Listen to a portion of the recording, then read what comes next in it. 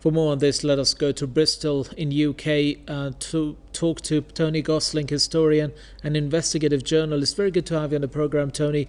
What do you think is the significance of the Pope's comments?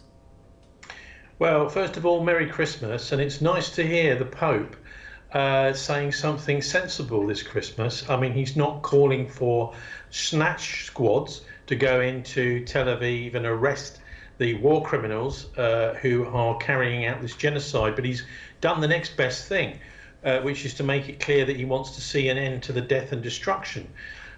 So well done, Pope Francis. Unfortunately, the Protestant Church, most of them, for example, we're going through some sort of surprise crisis here in the Anglican Church in England, and so the messages coming from them are very weak in comparison. And that's because we have this poison called Christian Zionism, which has spread from initially the United States and has spread around Christendom. And you can see what's happened here is that for many years, the Zionists have been planning to subvert the main people who are likely to cause them trouble by, shall we say, going to their followers at Christmas on a Christmas broadcast and condemning what the Israelis have done. So the Pope has been quite courageous, I think, in doing this and doing it rather well. So you know, he's mentioning the carnage, the number of children that Israel has been killing. I mean, armies are not designed and they're not supposed to be killing any children at all. In fact, the rules of war, the Nuremberg codes, etc. And that hints, there's a little hint there that the people that do this sort of thing will possibly go to trial and hang for what they've done, be executed in the future.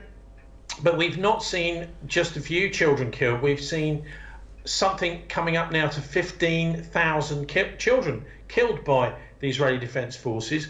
And so that's the sort of poison that we've got on the battlefield.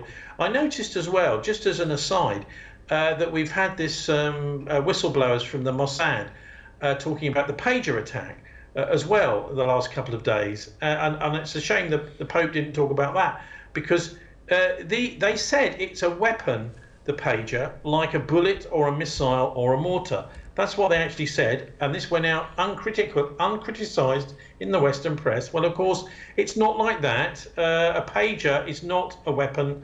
It's an indiscriminate attack. It's killed.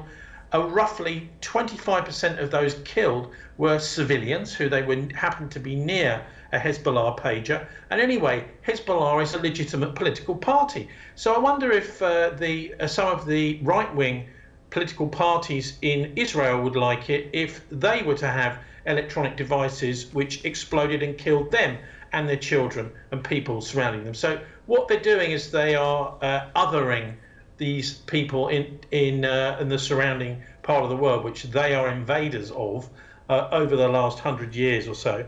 And it's totally disgusting to see these sorts of comments coming out. 2 children were killed by these pagers, so they don't care about killing children. The Mossad agent said the world is our stage. We are the producers. What they're inferring here is that they have control of the narrative of the press, the media, the journalists. They believe that they are totally in charge of what happens around the world, and this is the sort of arrogance that we're seeing, which has been encouraging these sorts of sectarian attacks, mass murder and genocide. And it's great to see the Pope calling this out for exactly what it is and demanding a ceasefire. I mean, we need also to think that if there is no ceasefire from the Israeli side, what can be done to force a ceasefire.